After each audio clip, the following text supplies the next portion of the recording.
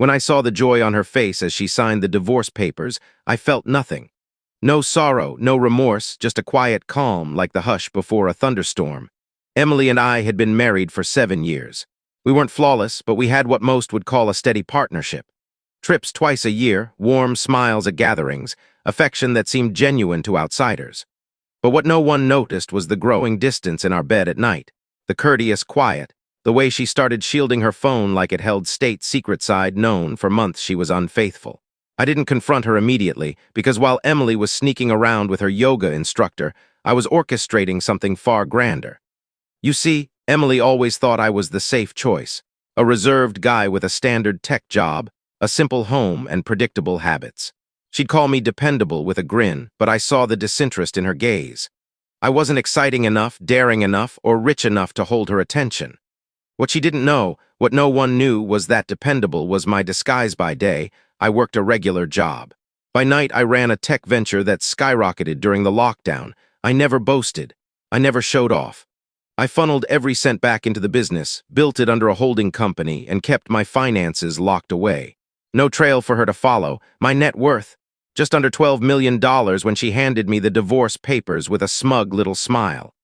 "I think we both know this is best," she said lightly, sipping her kale smoothie like we were picking a restaurant. "I agree," I replied. She looked taken aback. She expected a struggle, maybe tears or pleading, but I just nodded, signed, and let her think she'd triumphed over the next few weeks. She bragged to her friends about how she'd secure the house, a steady alimony, and a fresh start from her mundane life. She paraded her new boyfriend across social media, the same guy I'd seen picking her up a few streets away to dodge my home cameras. I let her.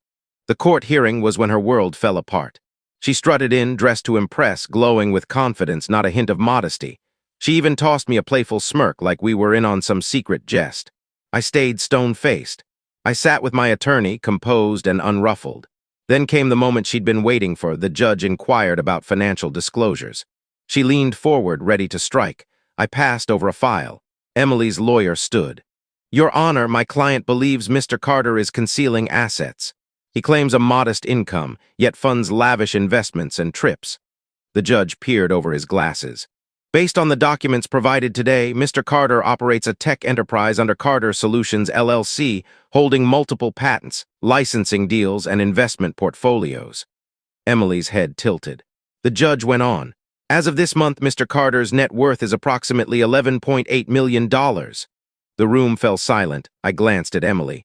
Her smug smile vanished. Her eyes widened, her mouth slightly agape, speechless. It was like watching her confidence crumble in slow motion.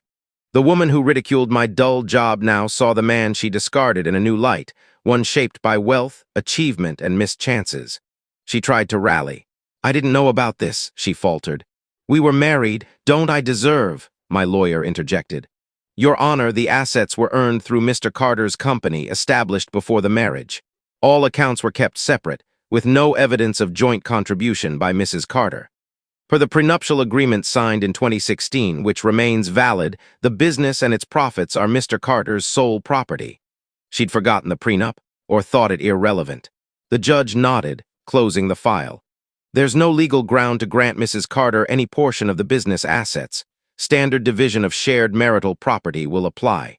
That includes the house, purchased by Mr. Carter before the marriage and maintained solely by him." Emily turned to me, her eyes now desperate. "But we were together for 7 years, she pleaded. I met her gaze, still steady.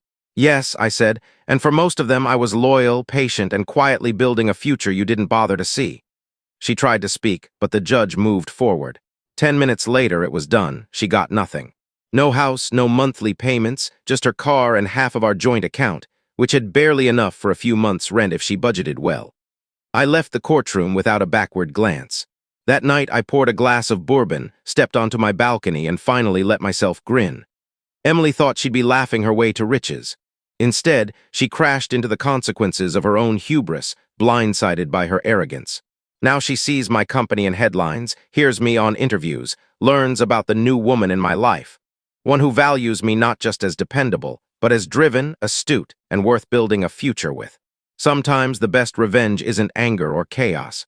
It's quiet success, letting the one who underestimated you realize, too late, what they truly lost.